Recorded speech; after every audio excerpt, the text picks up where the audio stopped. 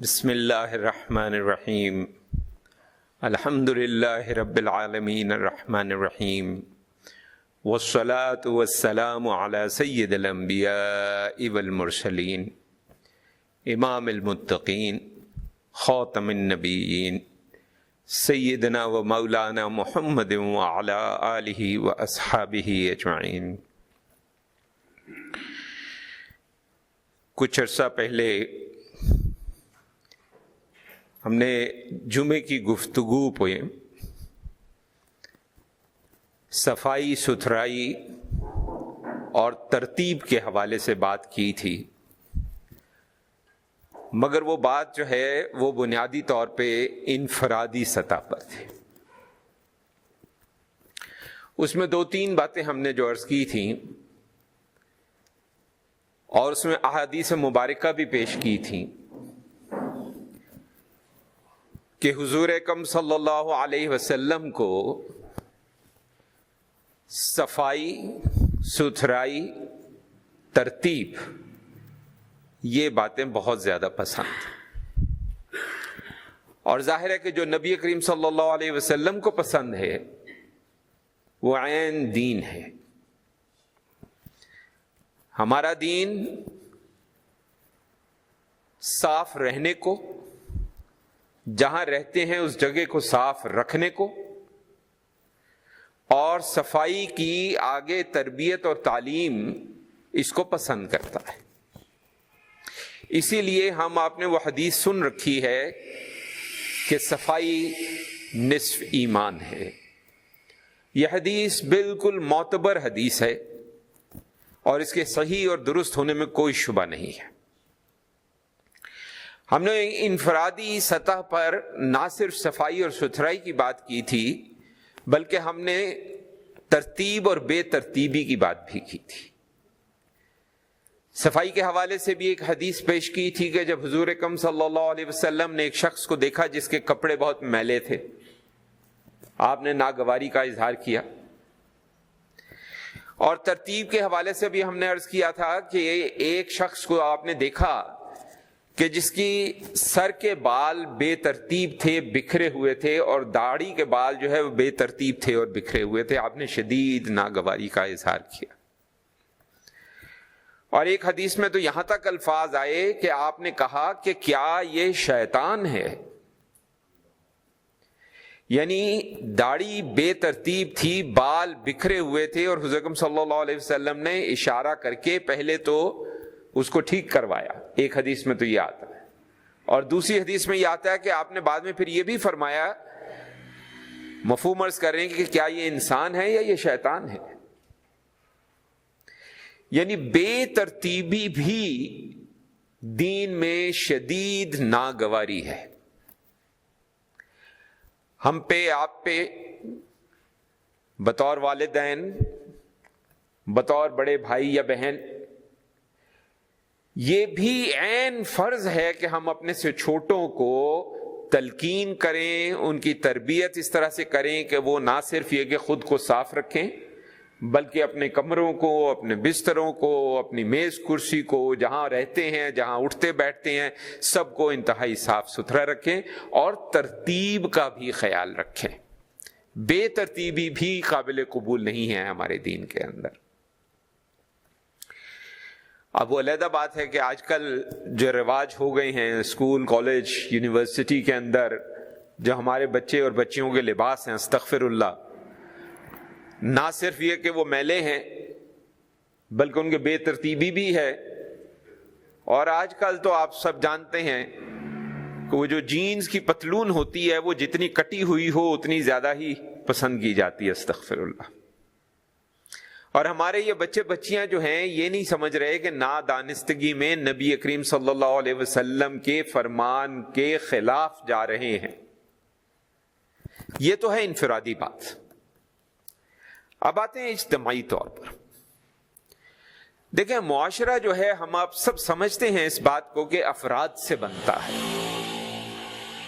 معاشرہ کوئی ایسی چیز تو ہے نہیں جیسے یہ عمارت ہے جی، اینٹ چونا ہے، سیمنٹ ہے۔ معاشرہ افراد سے بنتا ہے۔ اگر افراد کی اکثریت جو ہے وہ جھوٹ بولتی ہے، دھوکہ دیتی ہے، لوگوں کے ساتھ فراڈ کرتی ہے، بد زبانی کرتی ہے، بد کلامی کرتی ہے، گھٹیا لباس پہنتی ہے، گھٹیا قسم کے پروگرام ٹیلی ویژن پہ دیکھتی ہے، گھٹیا قسم کے پروگرام آڈیو میں سنتی ہے، تو اس کا مطلب یہ ہوا کہ یہ چیز ہمارے معاشرے میں پھیل گئی ہے، اور حقیقت یہی ہے کہ شیطان کامیاب ہو گیا۔ ہم آپ جو گھروں کے بڑے ہیں، ہماری ذمہ داری ہے کہ ہم احسن طریقے سے، اچھے طریقے سے اس کا سد باب کریں، کوئی حل نکالیں، ہمارے گھر صاف ہوں۔ ہمیں یاد ہے ایک دفعہ ہماری ایک عزیزہ ہیں، ان سے ملنے کے لیے ہم گئے، تو جب ہم علاقے میں داخل ہوئے تو انتہائی گندا اور غلاظت سے بھرپور علاقہ تھا۔ عمارت میں ہم سیڑھیاں چڑھنے لگے تو شدید بدبو کے بھباکے تھے، لیکن جب ان کے گھر کے اندر ہم داخل ہوئے تو ماشاءاللہ صاف ستھرا، خوشبودار، ترتیب، کہ وہ خود خاتون جو کر سکتی تھی اتنا تو انہوں نے کیا، ظاہر باہر کو وہ کیا کر لیتی، کتنا کر لیتی، لیکن تلقین تو ہو سکتی ہے، اور احسن طریقے سے تلقین ہو سکتی ہے۔ اب ہمارے یہاں معاشرے کا چلن آپ کو بھی پتا ہے، اور ہم آپ لوگ جو اس طرح پہاڑی علاقوں میں رہتے ہیں، پرفضا مقامات پہ رہتے ہیں، جہاں پہ سیاح آتے ہیں، جہاں پہ سارے پاکستان سے کیا، پاکستان سے باہر سے لوگ گھومنے پھرنے آتے ہیں، آپ دیکھتے ہیں چلتے پھرتے گاڑی میں سے گندگی باہر پھینکی جاتی۔ اتنی بھی توفیق نہیں ملتی ہمیں، یہ کہ عذاب الہی کی شکل ہے کہ اتنی بھی ہمیں توفیق نہیں ملتی کہ ہم باہر پھینکنے کی بجائے اپنے پاس ہی ایک تھیلی کے اندر جمع کر چھوڑیں، اور جہاں اتریں وہاں پہ کوئی اگر کوڑا دان ہے تو وہاں پہ ڈال دیں۔ اب یہی بات مزید آپ آگے آ جائیے معاشرے میں۔ اب ایک حدیث آپ کو ہم پیش کرتے ہیں، مسند احمد میں ہے، صحت اس کی صحیح ہے۔ حضرت ابن عباس رضی اللہ تعالی عنہ نے فرمایا کہ میں نے نبی کریم صلی اللہ علیہ وسلم کو فرماتے سنا، 3 لعنتی کاموں سے بچو، یعنی 3 کام ایسے ہیں جس کو نبی کریم صلی اللہ علیہ وسلم نے لعنت قرار دیا۔ اور وہ 3 کام کیا تھے؟ صحابہ کرام رضوان اللہ تعالی علیہم اجمعین نے پوچھا کہ یا رسول اللہ صلی اللہ علیہ وسلم وہ 3 کام کون سے ہیں؟ فرمایا، 1، کوئی شخص کسی سایہ دار جگہ پر، جہاں پر لوگ اس سائے سے استفادہ کرتے ہوں، فائدہ اٹھاتے ہوں، یا راستے میں یا پانی بہنے کی جگہ پر بولو براز کرتے، بولو براز یعنی پیشاب یا پاخانہ، یعنی، اور ہمارے یہاں حال کیا چل رہا ہے؟ ہمارے یہاں حال یہ چل رہا ہے کہ جہاں پہ بھی 4 پلاٹ اکٹھے ہوتے ہیں، ان کی سیوریج نکلتی ہے، سیوریج اٹھا کے ہم کہاں ڈال دیتے ہیں؟ انہی جگہوں پہ ڈال دیتے ہیں جہاں پہلے صاف پانی ہوا کرتا تھا۔ بچپن میں ہم سنا کرتے تھے کہ کراچی شہر کے اندر سے 2 یا 3 غالباً نہریں گزرتی، آج وہ 3 نہریں جو ہیں وہ گندے نالے بن چکے ہیں، پہلے تو صاف پانی تھا۔ اس حدیث کے مطابق تو جن لوگوں کی وجہ سے، جن خاندانوں کی وجہ سے وہ صاف پانی کی نہر گندے نالے میں تبدیل ہوئی ہے، ان پر اللہ کے نبی نے لعنت کی ہے۔ اور آج جو ہم اتنی یہ سوسائٹیز بنا رہے ہیں، اور ہمارے گاؤں وغیرہ بھی جو شہروں کے قریب ہیں دھڑا دھڑ اپنی زمینیں بیچ رہے ہیں کانٹریکٹرز کو کہ جناب خوب پیسہ ملتا ہے، اور وہ جب سوسائٹی بناتے ہیں وہ سیوریج ڈالتے ہیں، سیوریج جاتا کہاں ہے جناب؟ کہاں جاتا ہے؟ اب یہ جو برابر میں ہمارے پانی بہ رہا ہے، اگر سیوریج اس میں ڈالا جا رہا ہے تو وہ سوسائٹی بنانے والے پر اللہ کے نبی نے لعنت کی ہے صلی اللہ علیہ وسلم۔ آپ کو یاد ہوگا بچپن میں جس وقت یہ سیوریج سسٹم نہیں تھا، ہر گھر کے اندر ایک، ہم نے تو لفظ سنا گھر کی ہوا کرتی تھی۔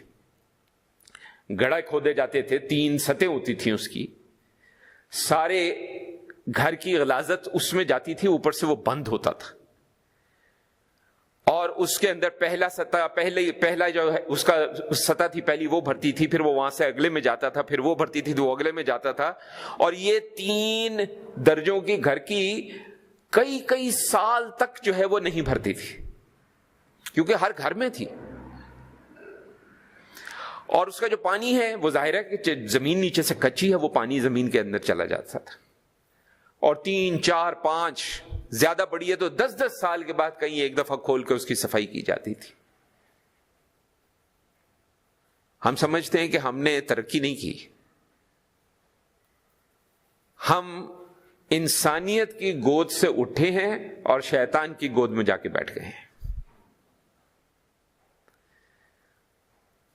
ایک اور حدیث شریف بھی اسی موضوع پہ ہے جو ابو داؤد شریف کی ہے، ویسے اس پہ ضعف کا الزام ہے، آپ جانتے ہیں کہ ہماری کوشش ہوتی ہے کہ ساتھ ساتھ بتا دیں، لیکن ہم یہ بھی کہتے ہیں کہ اگر کوئی حدیث ایسی ہو جو ضعیف ہو لیکن وہ مفہوم کسی صحیح یا اس سے بہتر سند کی حدیث سے بھی ثابت ہو تو وہ ضعیف حدیث قبول کی جاتی ہے۔ ہم نے آپ کو پہلے جو حدیث سنائی ہم نے کہا وہ صحت میں صحیح ہے، اب جو حدیث سنا رہے ہیں ہم کہہ رہے ہیں کہ وہ ضعیف ہے، لیکن چونکہ مفہوم ایک ہے تو یہ ضعیف جو ہے یہ بھی قبول کی جائے گی، کیونکہ اس کی تائید ہمیں حاصل ہو رہی ہے ایک صحیح حدیث سے۔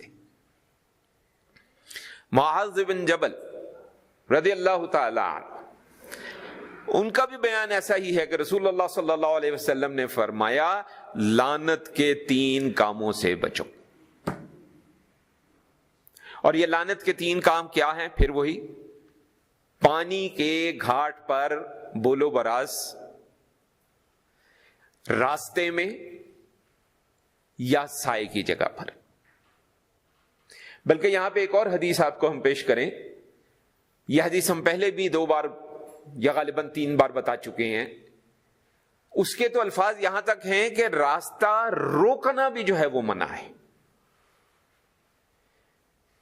اس کا سیاق و سباق یہ ہے کہ غالباً جہاد سے واپس آئے تھے، اذان ہو گئی، نماز کا وقت تھا، سامان صحابہ کرام رضوان اللہ تعالی علیہ مجمعین نے نماز کو فوراً پکڑنے کی غرض سے وہیں رستے میں باہر چھوڑ دیا اور نماز کی طرف چل پڑے۔ نبی کریم صلی اللہ علیہ وسلم کے الفاظ آپ سنیے، آپ نے کہا کہ یہ سامان یہاں پہ رکھا گیا، مفہوم عرض کر رہے ہیں یہاں سامان رکھا ہے، اس سے راستہ تنگ ہوا ہے، جو راہگیر ہیں چلنے والے ان کو مشکل ہوگی، ایسا نہ ہو تمہارا جہاد ضائع ہو جائے۔ جہاد ضائع ہو جائے یعنی صرف راستہ بند کر دینے سے اگر صحابہ کو آپ یہ کہہ سکتے ہیں کہ جہاد ضائع ہو سکتا ہے، تو آج جو ہم مختلف وجوہات کی وجہ سے راستے بند کرتے ہیں، ہمارے پاس تو جہاد بھی ضائع کرنے کو نہیں ہے۔ ہم تو اپنے ہاتھوں سے ہر دوسرے دن ہر دوسرے لمحے جہنم میں گڑھے کھود رہے ہیں۔ اب یہ کام کیسے ہو سکتا ہے؟ اس کو آج بھی کیا جا سکتا ہے،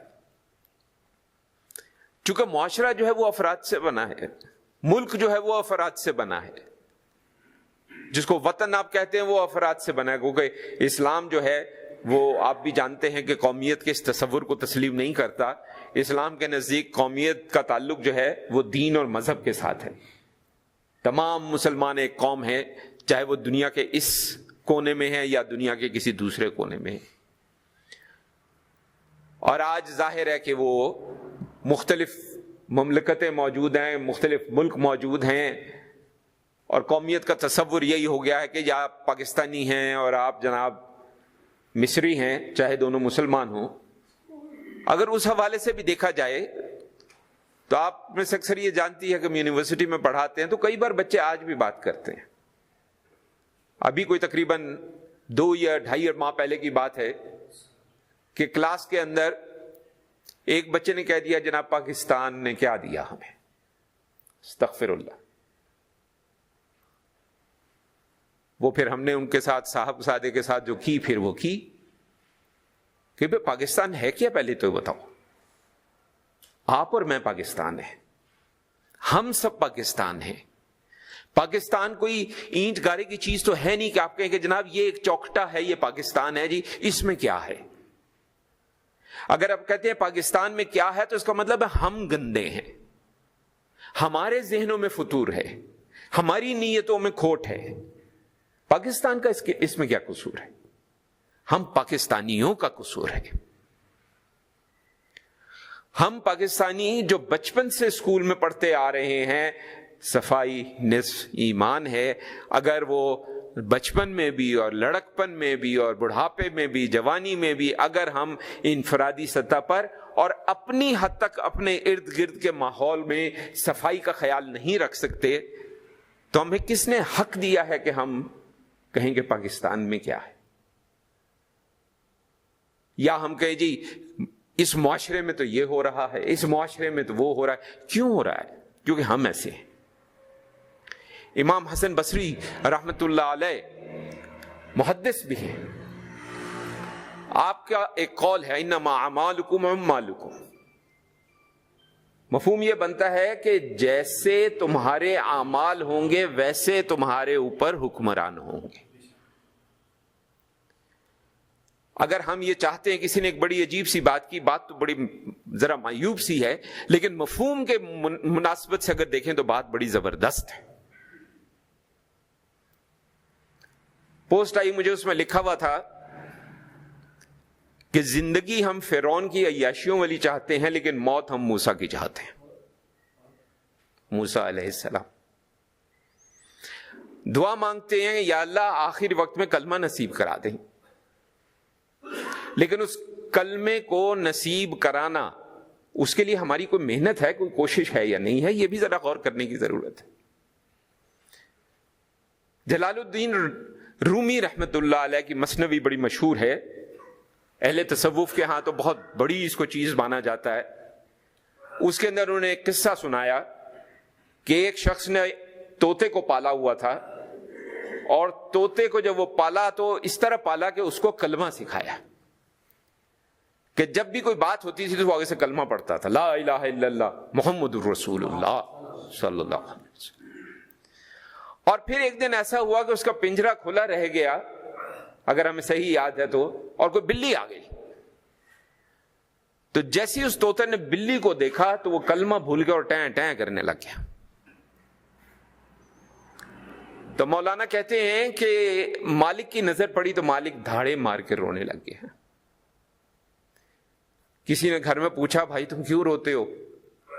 اس نے کہا ساری عمر جب سے اس کو میں نے سکھانا شروع کیا کلمہ پڑھتا رہا، موت سامنے دیکھی تو ٹیں ٹیں کرنے لگ گیا، کلمہ ہی بھول گیا.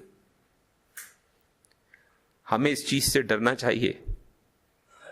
ہماری زندگی میں جس چیز کی کثرت ہوگی ہمارے آخری وقت میں وہ چیز ضرور سامنے آئے گی انشاءاللہ.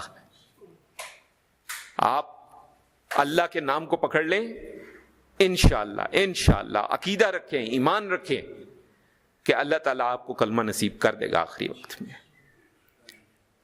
لیکن اگر ہم اپنی زندگی کے اندر کھیل تماشا رکھیں گے تو پھر زیادہ امکان یہی ہے کہ یہ نہ ہو کہ ہم بھی اس طوطے کی طرح ٹیں ٹیں کرنے لگ جائیں اور کلمہ ہی ہمیں نصیب نہ ہو.